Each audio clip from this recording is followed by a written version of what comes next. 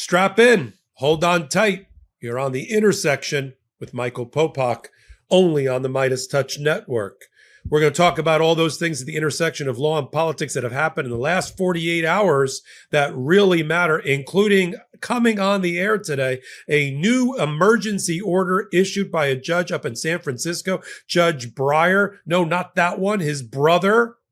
That seems to be on its surface against California, but it's really not. It's going to lead to a hearing on Thursday. And I'm going to break down and update you on everything going on with Donald Trump's attempted fascist takeover of California, hostile takeover of California, why it matters that California win against Donald Trump. And then I'll give you my analysis of the Supreme Court cases and other statutory analyses that put California on solid footing. Donald Trump, knowing, at least for now, that he can't use the Insurrection Act, is trying every other trick up his sleeve in order to try to bring California to its knees. It's just an existential fight for our constitutional republic, our way of life. That's all it is here on the intersection. And then let's talk about put it all in perspective. You've got the Secretary of Defense, Pete Hegseth, who demonstrates he doesn't know a thing about his job. He doesn't understand the statutes, the laws, the ways that Donald Trump is exercising and invoking certain military and warlike powers. He won't be there to justify it because he himself admits he doesn't understand it. They didn't bother briefing Pete Hegseth, or he's unbriefable. You know, is he so stupid he can't be briefed and therefore Donald Trump's handlers have just given up? Or is not briefing him, is that their strategy? So when he goes before Congress and they say, show me in the statute where Donald Trump gets off not involving the California governor in the decision to federalize national troops, show me where that is. He said, well, you and I both know that the president has the power. No, we don't know that. That's why there's court cases, Supreme Court precedent, and you obviously can't answer the question without asking another question. He then had to, he didn't know how much it was going to cost, but others have determined it's going to be $140 million or more for Donald Trump's muscle flex, his manufacturing of a crisis in order to use his brutal war powers against Americans. You can say that they're migrants, they're undocumented, they're carrying flags of First Amendment expression, but most of what you're watching on television in California are everyday average Americans fighting back against the attack on California. Donald Trump is trying to rip asunder our constitutional United States. And he's doing it by trying to take down California. His playbook for it was taking down Harvard. We'll talk about all of that and update you. And of course, the context, we've got the U.S. Army playing into Donald Trump's hands, and they're going to be doing a giant show of force in Washington on Donald Trump's birthday of all things. Did I wake up in a fascist totalitarian regime? What is happening there? And then we've got the tariff issue. Once again, Claudia Sheinbaum of Mexico demonstrating that she knows how to eat Donald Trump's lunch right in front of him, because she just won the tariff war, the steel tariff war, just like she did before, because she figured out taco, no pun intended, in Mexico before Donald Trump, other adversaries did. The Financial Times might have written about taco, but I think Sheinbaum invented it, with Trump always chickens out, knowing that she knows how to play Donald Trump like a fiddle. And now there's no more steel tariffs in Mexico because they pointed out a simple little fact to the Commerce Secretary for Donald Trump, the perma-smile Howard Lutnick, always smiling, always, hi, I'm doing great, aren't I? No, you're not. There's supposed to be 90 trade deals because countries were going to be brought to their knees and kissing Donald Trump's backside, his tuchus, that's a legal term, because he was threatening them and saber rattling over tariffs. And how many now in the 150th day? Not one. Maybe one coming in China, maybe one coming with Mexico, maybe. We'll talk about it and break it down. And the markets are reacting because they're looking for any good news, any silver lining they can find to trade on. Scott Bessent may be pushed into the Federal Reserve chairman position from the Treasury Secretary. That's good. But that's not good. First of all, Jay Powell's doing a great job. He's the only thing that connects the United States to its economy, the economy to the world economy. The only thing that keeps us connected to planet Earth is Jay Powell. We don't want him to leave any sooner than possible. And if he's going to leave in May of 2026, who's going to take over at Treasury? Don't tell me the Commerce Secretary. He's doing such a terrible job in that role. We're going to kick him upstairs and have him fail up into Treasury to put his money on to put his John Hancock on the money. Heaven help us. So I want to put all of this together on this issue of the intersection. Thanks for being here. We started this as Popok Live. It was sort of an irregular show every other Tuesday I would do. And then we just said, you know what? Let's make it a full-blown podcast. Let's call it The Intersection. I've been living at the intersection of law and politics my whole life, let alone the last 5 years as a co-founder of Legal AF. And there's an audience here that I adore. That's been with me from the very beginning over the last 6 months since we've been growing. We get 3, 4, 500,000 people to watch the video. We get tens of thousands to participate in the actual recording and the live of the video of the podcast. So we said, now it's time. It's time. We got Legal AF, the YouTube channel. We got Legal AF, the Substack. And now it's time for Popok Intersection. So I can just be no holds barred. I can throw everything, including the kitchen sink, at every topic I cover. Let's get into California. How did this all start? January. See how far back it seems. June the 6th, only a handful of days ago. Donald Trump, on purpose, without coordinating with the state of California, brought ICE in to go after Home Depot and a clothing manufacturer to try to scare the crap out of people in a deportation raid. Not coordinated with local law enforcement, not told to this California governor. They just send the federal bootjack troops in. And then, invariably, when Californians got uncomfortable with that and decided to protest in the streets, Donald Trump used that as a manufactured excuse to try to crush dissent and resistance. Now, the last time I looked at the Constitution, I have the right to both petition the government for a redress of grievances, to peaceably assemble, and to voice my First Amendment expression. Do I have the right to riot? No. Do I have the right to burn down the city? No. Do I have the right to murder and kill? No. Is that going on in California? No. Whatever's going on in California, had it been properly coordinated by the Trump administration in advance, which of course they never were going to do, then it would have gone fine, right? But there is a long body of case law that I've outlined on Legal AF that does not allow the feds to force the state into participating in federal programs, to allow them to commandeer. There's actually anti-commandeering law to stop the feds from commandeering and take over the National Guard. The National Guard is a state guard under the control of the governor. It can only be federalized under certain limited circumstances. There's a statute that Congress created, and there's the Insurrection Act. Take Insurrection Act off the board. Donald Trump did not invoke it, and I don't think he will. Even though he's getting close, he's using the words of insurrection, but he's not invoked it. He said, if they spit, we're going to shoot. No, he said, if they spit, we're going to hit. If they loot, we're going to shoot. It's not a perverse Dr. Seuss book. It's the President of the United States talking about using excessive force and the military against his own citizenry. If we had a Congress with half a brain cell and a pair of brass ones, he'd already be impeached. There'd be articles of impeachment already for what's happening in California to try to tear asunder our United States. What else can you call the full weight of the federal government being used against one state? Sure, it's a huge state. It's also important to our economy and the world economy. It represents the 5th largest economy in the United States. Gavin Newsome, the governor, is a chief political rival of Donald Trump. He's likely top 3, top 2, top 1 for president of the United States come 2028. And they went after Gavin Newsome on purpose to try to take him down.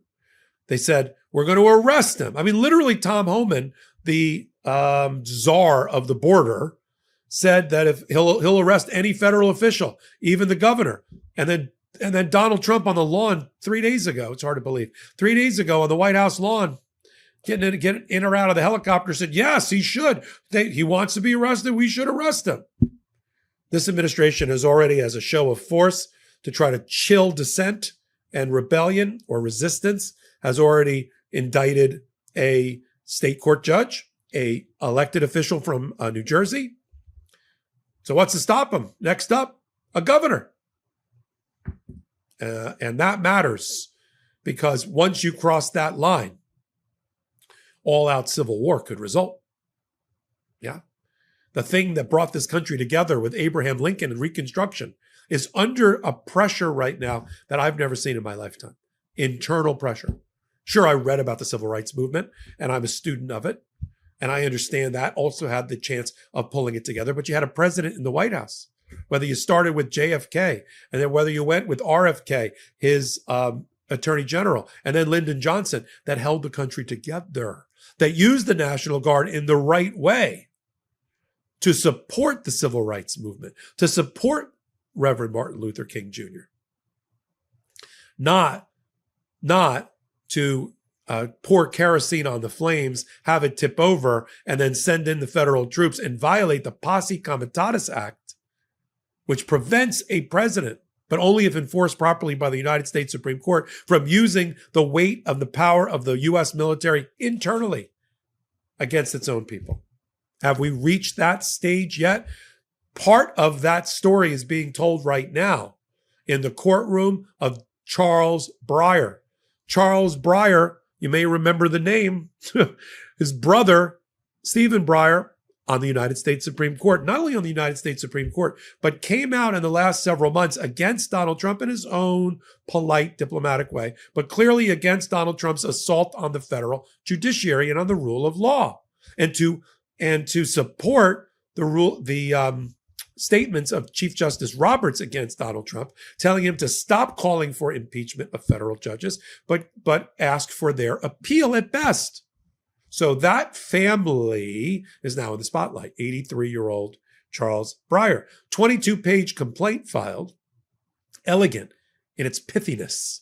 It's just straight to the point. Many attorneys general, not named Rob Bonta, would bring 100 pages of fluff, but no, 22 pages. And used all of Donald Trump's own words against him, his own social media posts, those of Pete Hegseth, bring it all into the case and seek an emergency temporary restraining order on an ex parte basis, meaning they only get to speak, they only get to file, and the other side will have to answer for it later. Now, that's the breaking news coming onto the air tonight on The Intersection. Judge Brier has listened to both sides.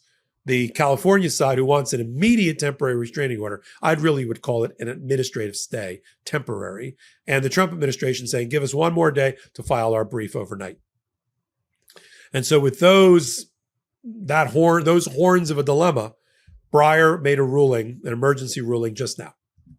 And he said, 1, I hear the two competing sides. 2, I am not going to rule now on the ex parte motion for temporary restraining order, so denied. However, you're not all out of the woods yet, and I'm looking at you, Donald Trump. The order continued by saying, I'll give you till 11 a.m. Pacific time tomorrow, Trump, to file your brief. I'll then give Thursday morning, this is going very quick, everybody. This is high velocity rocket docket. Giving California till Thursday morning at 9 a.m. to file their brief. And everybody, I'll see you in court 1:30 Thursday afternoon in San Francisco in my courtroom. If you can't make it, you can do it by Zoom, which means we're going to be Zooming in if we can to be able to do real-time reporting. And that hearing is going to be on whether the judge is going to grant the temporary restraining order on the 2 pieces of paper already filed, or an administrative stay to allow for more briefing or further briefing. And this is a big issue. I can't think of a better judge for it. Been on the bench a long, long time. Moderate, appointed by Bill Clinton. Has the right DNA, if you know what I mean, with the family business. And he's going to have to decide whether Donald Trump violated a federal statute that Congress gave the power to the president, not under the commander-in-chief power, but under a statute. The statute in particular, I've talked about it at length. It's in what we call Article 10 or Chapter 10 of the federal statutes. And that particular, which is 12406, and that allows for only 3 triggering events And there's none that seem to be applicable. Either he needs to suppress a rebellion against the government. That's not happening. He needs to do it in order to faithfully execute the law, and the regular forces aren't sufficient. Why couldn't ICE, in collaboration with local law enforcement, put out the flames? And those are the only two that apply. And even if they apply, and we had a rebellion or inability to faithfully execute, he'd still have to go through the governor, and he purposely skipped the governor. So right there, that's a violation of the statute for a federal judge like Brier to declare. For the Ninth Circuit Court of Appeals in California, also in San Francisco, I've argued before it, for it to declare on the way to the United States Supreme Court, all probably within the next week, starting with briefing tomorrow, briefing Thursday, a hearing on Thursday, an appeal, I'm sure, after that, a decision over the weekend, and then we're off and running. And Donald Trump knows, at least for now, that the Insurrection Act won't work, that he doesn't have the grounds to do that. So he's held his powder dry for that. He hasn't actually invoked the Insurrection Act, although he uses the language of the Insurrection Act. And then you have Pete Hegseth, who's so over his skis in the role of the Secretary of Defense, it's not funny. He's testifying before Congress. And two fundamental things he doesn't know: how much it's costing to send the Marines in, to send in and to federalize the National Guard. The number turned out to be about $140 million. If you don't like that number, you're going to hate the number that Trump is spending for his birthday party, where he's going to have military tanks, 20 tons apiece, rolling down the streets of Washington for his birthday, because he envies the fascist leaders of North Korea and of China. Sure, he saw it on Bastille Day in France, but that's not where he really got the idea. This show of might at this particular moment in time, he doesn't think this is a powder keg that could tip over. I do. We're watching a version of it in California. So we've got all of that going on. And then again, the two questions that Hegseth couldn't answer. How much are you spending? Don't know. What's the point for me, the law that justifies Donald Trump trying to federalize the National Guard in California? You and I both know he's got that power. That was the response. Because he's not prepared, because he's purposely not prepared. They send him in there without any cover because A, they don't think he can hold that molecule of a thought in his head. And secondly, they don't want him to know the answer. The answer is there is no justification, that he is violating the statute, and he's violating ultimately the 10th Amendment of the Constitution, which reserves for the states and also the people all power that's not reposited in the federal government by our system of federalism. State sovereignty. The feds only get to do what Congress says they can do, or what the Constitution expressly, core functional wise, says they can do. Absent that, it's the state power. It's the people's power. It says it in the Constitution. And that's why the lawsuit is centered around the 10th Amendment violation. I don't think Pete Hegseth knows the 10th Amendment. I don't think he could recite it, nor his oath of office. So that happened. And then to round out this fascist takeover of America, you've got the U.S. Army, unfortunately, playing into the hands of Donald Trump. They were planning a relatively small affair to celebrate their 250th anniversary. Donald Trump found out that was coming up, and it became, it's also my birthday. For my birthday party, I can have all the toys, all the military toys. That's going to be a $100 million event. And after they have to repair the streets of Washington because they'll be crushed under the weight of the military gear. And what is the purpose?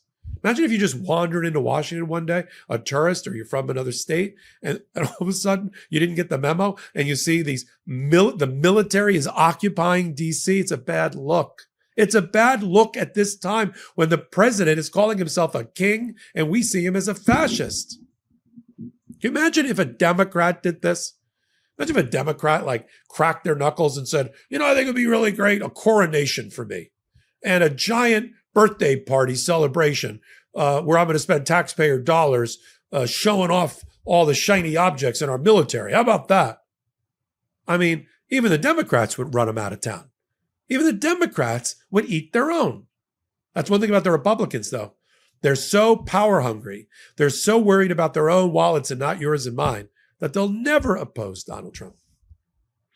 That's why the midterms are so important. We've got to have the return of the House and the Senate to the Democrats in order to regain checks and balance, to check an abuse of power. I'm going to talk about all of that. I'm going to talk about the taco factor in Mexico, the tariff war that wasn't, and other developments in the intersection of law and politics here on The Intersection. You're on The Intersection with Popok here, a brand new podcast. Picking up, I'm standing on the shoulders of Popok Live for this new podcast. Come on over. It's really important to show support if you like this kind of content. Come over to our podcast feed wherever you get your audio podcast from. Just plug in The Intersection and there I'll be. And download that. Tell your friends about it. Leave a 5-star review. I sound like an Uber driver. I don't mean to. I'm sorry, but it is the way to signal to the algorithmic gods that you like this kind of programming. Leave a review. Tell your friends about it. Send the clips. Ask them to download. The audio really matters, as does the YouTube version of this as well. And then we've got Legal AF, the Substack that I curate, where we put up all these lawsuits and postings and orders. We post them up on Legal AF Substack so you can get your hands on them along with commentary. And then we've got Legal AF, the YouTube channel, Legal AF MTN. See, Legal AF comes in all shapes and sizes. You can get your fill of Legal AF. And if you can't, Substack, Legal AF YouTube, where I've got 12 different contributors all pulling together, pulling the wagon in support of the defense of our democracy. Come on, that's chef's kiss time, don't you think? And because of you, Legal AF is the #1 law and politics podcast on the YouTube rankings, bar none. Let's try to get The Intersection up there as well. And now we got some amazing pro-democracy sponsors here on The Intersection. So I went to my 40th high school reunion recently, and while many of my classmates were excited about retiring or have retired, well, I brought my infant daughter to the reunion and I won the youngest child contest hands down. But that means that when most people's working is winding down to match their body's energy levels, I need to ramp up to keep up with my baby daughter. I believe one of the best aging breakthroughs of the last decade is Qualia Senolytic, and here's why. Qualia Senolytic is at the frontier of what is currently possible in the science of human aging. Senolytics are a science field revolutionizing human aging. A big culprit behind that middle-aged feeling can be senescent cells, aka zombie cells that linger in your body after their useful function, wasting your energy and resources. Let me break it down. The accumulation of zombie cells can lead to less energy, slower workout recovery, joint discomfort, and basically, well, feeling old. Qualia Senolytic is a groundbreaking, clinically tested supplement with 9 vegan plant-derived compounds that help your body naturally eliminate senescent cells, helping you feel years younger in just months. Here's how it works. You take it just 2 days a month, helping your body naturally eliminate zombie cells to age better at the cellular level. And Qualia's breakthrough formulation is vegan, non-GMO, and tested by leading scientists. Since taking Qualia Senolytic, I felt like I've turned back the clock. I got higher energy, less soreness after exercise, and a big boost in productivity. It's made me feel more youthful and energized as I have the energy level to nurture my baby daughter the right way. Experience the science of feeling younger. Go to qualialife.com/legalaf for up to 50% off your purchase and use code legalaf for an additional 15%. That's qualialife.com/legalaf for an extra 15% off your purchase. Your older self will thank you. And thanks to Qualia for sponsoring this episode. Want to be the most interesting person at the party? Well, with our next partner, you can bring the best, most interesting wine from an independent winemaker with a truly unique story. This podcast is sponsored by Naked Wines. It's 2025. Do you still shop for wine like it's 2005? Naked Wines is a service that directly connects you to the world's finest independent winemakers, so you can get award-winning wine delivered straight to your door. Just use our code LegalAF for the code and password at nakedwines.com and get their incredible deal of 6 bottles for just $39.99. I just received from Naked Wine a Matt Parrish Napa Valley Cabernet Sauvignon 2021. Simply delicious. And my wife and I love cracking open a bottle of wine, putting away our technology, and just being present in the moment with family and friends. How do they do it? Naked Wines connects winemakers and wine drinkers directly, allowing for vineyard to your door delivery at up to 60% off what you would pay in store. By cutting out the traditional retail middlemen, costs, and markups, winemakers can pass those savings on to you without skimping on quality. Plain and simple. The wine from Naked Wines is amazing. My wife and I love to have both white and red wine on hand for our drop-over friends. So we split a box and it's perfect. I've been rating the wine after I get it, and each shipment gets better and better. Naked Wines has been around for over 15 years and funds over 90 independent winemakers around the world. With no commitments or membership fees, you can enjoy Naked Wines hassle-free. And don't forget, you can pause or cancel at any time. So just because you got a trip coming up doesn't mean you can't enjoy Naked Wines before or after that much-needed vacation. Now is the time to join the Naked Wines community. Head to nakedwines.com/legalaf, click enter voucher, and put in my code LegalAF for both the code and password for 6 bottles of wine for just $39.99 with shipping included. That's $100 off your first 6 bottles at nakedwines.com/legalaf and use the code and password LegalAF for 6 bottles of wine for $39.99. Welcome back.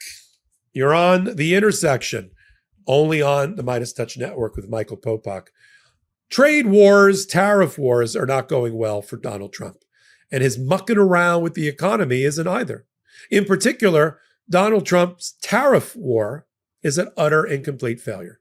Remember in April during the Rose Garden, that now infamous Rose Garden scene where he said mission accomplished, and they brought out the big board like it was Dr. Strangelove, and they said, look at all the numbers on the big board. We're going after all these retaliatory tariffs. And then we used our binoculars and other ways to take screenshots of the big board, and we realized that it was all fakakta. It was all upside down and backwards, and the formula was wrong.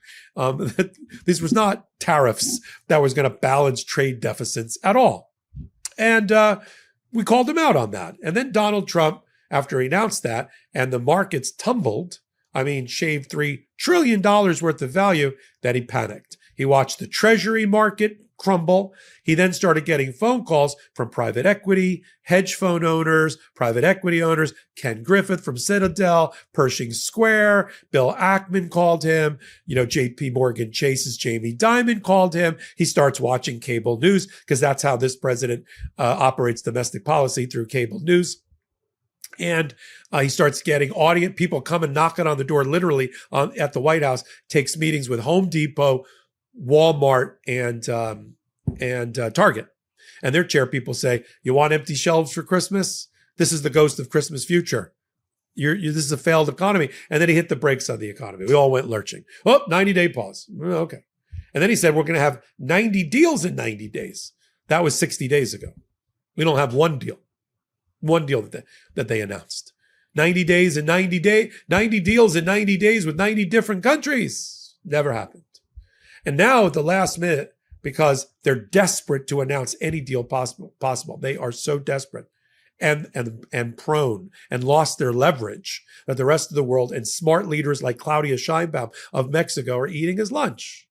So the 50% tariff that got announced just last week in order to be a shiny object diversion from the Musk-Trump fight, which I'll cover as well, that and the Trump Federalist Society fight from the week before, Donald Trump needed a good news cycle. So suddenly he told auto workers and steel workers in America, 50% tariffs. And you know what percentage tariffs Mexico is going to be hit with now? With the new deal signed with Claudia Sheinbaum? 0. Absolutely 0. For what? To tighten up the border a little bit? That's all she had to do. She figured out taco before it was avant-garde, before it was in vogue, so to speak. She figured out, wait out Donald Trump, use her particular powers of persuasion, and get him to fold. A stubborn little fact like Mexico sends in more, Mexico imports more steel than it exports, which is the upside down trade war. That seems to have convinced them, with a big smiley-faced Howard Lutnick on behalf of the administration. And then the markets are trying to figure out what's what because there's no deals in place. They're looking for any shiny object to trade on. Oh, we might have a deal with China, market goes up a little bit. Oh, we might have a deal with Mexico, market goes up a little bit. Oh, Scott Bessent, who we like for Treasury, he might be moved into the Federal Reserve. Yeah. So if that happens and Jay Powell's out, who's going to be in the Treasury Department seat? You know, he was the only adult in the cabinet. And now you're going to kick him upstairs to the Fed next year? That does not sit well with me, and nor should it with you.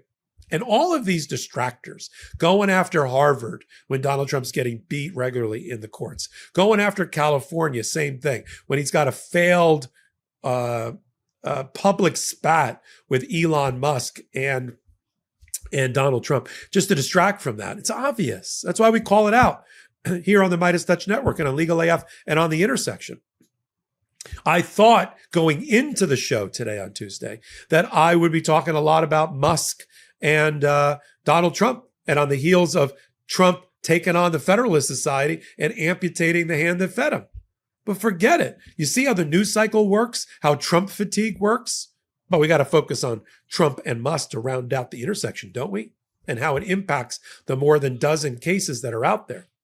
Now, the Supreme Court, you might have already heard, gave Donald Trump a couple of victories in the Doge arena. They said, nah, Social Security, all your private, confidential, most personal data about your medical, about your finances that are in the hands of the Treasury Department, the Social Security servers, yeah, we're going to turn that over to Doge. That's okay. For now. We might change our mind 2 years from now. But in the meantime, they can have access. And we were like, oh, we all bemoan the Supreme Court's ruling on that one, giving Donald Trump a win. But there are another dozen cases out there, including one in particular I'm keeping my eye on, which is the Judge Chutkin case, presiding, brought by 14 attorneys general, in which they alleged that Elon Musk was improperly appointed or was never appointed under the appointment clause of the Constitution, was never confirmed by the Senate, and everything he did was ultra vires and illegal and can be undone and unwound. That case is still alive. Nothing that the Supreme Court says has undermined it. Although at the rate the Supreme Court is making its rulings, you know, it doesn't bode well for those that want to hold Donald Trump accountable. Sure, there's occasional victories, especially in the area of immigration, especially in the area of lack of due process. But everything else, they seem to be siding with Donald Trump in his exercise of power.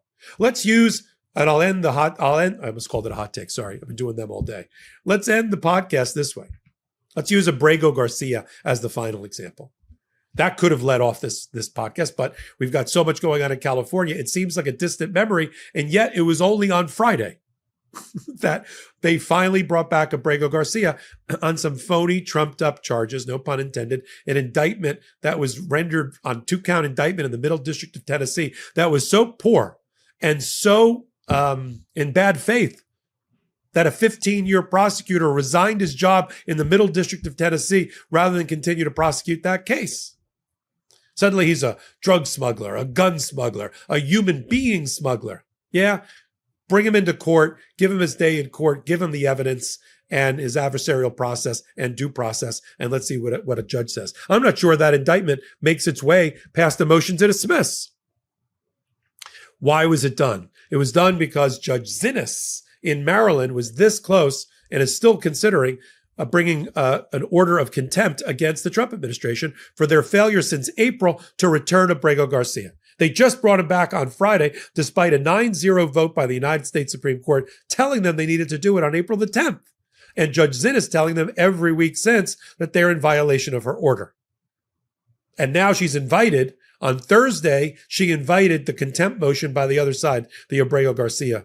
And on Friday, he suddenly reappeared. After Pam Bondi told the world, I can't bring him back, I won't bring him back, you'll never see him again. Yeah, we just saw him Friday being arraigned in Tennessee.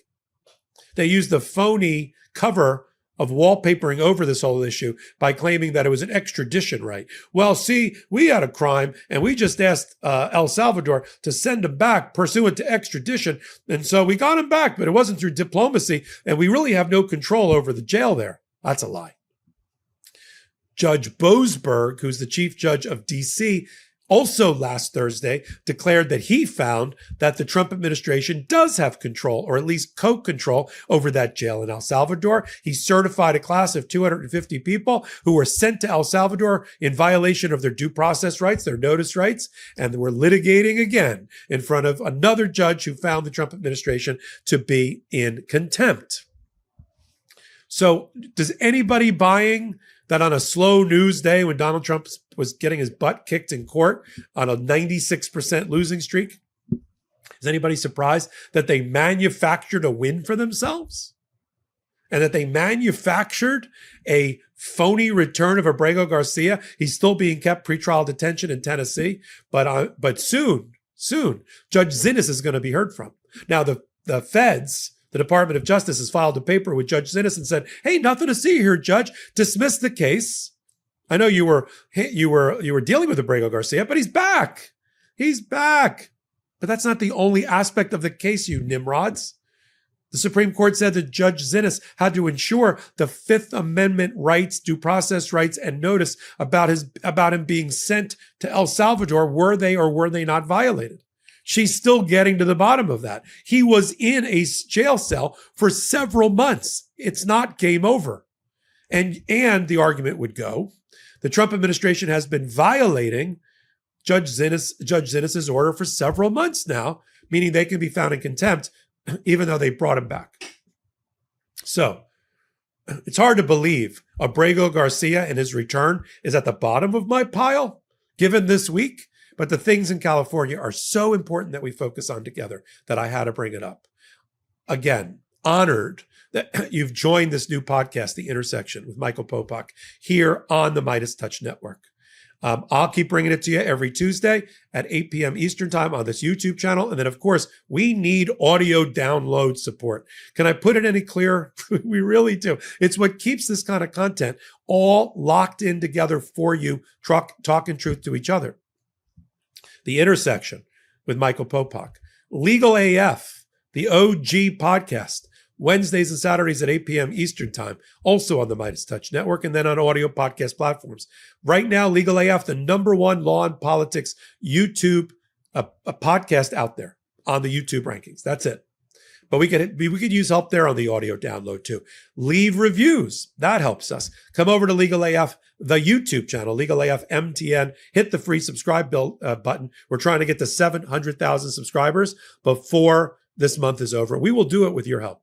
But we are humbled to have you with us, to count you as our friends, as part of our fellowship. So until my next The Intersection, I'm Michael Popok, and I'm reporting. I'm Michael Popok, and I got some big news for our audience. Most of you know me as the co-founder of Meidas Touch's Legal AF and the Legal AF YouTube channel, or as a 35-year national trial lawyer.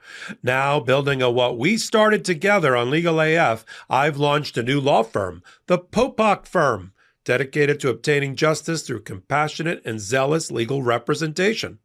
At the Popok Firm, we are focused on obtaining justice for those who have been injured or damaged by a life-altering event, by securing the highest dollar recoveries.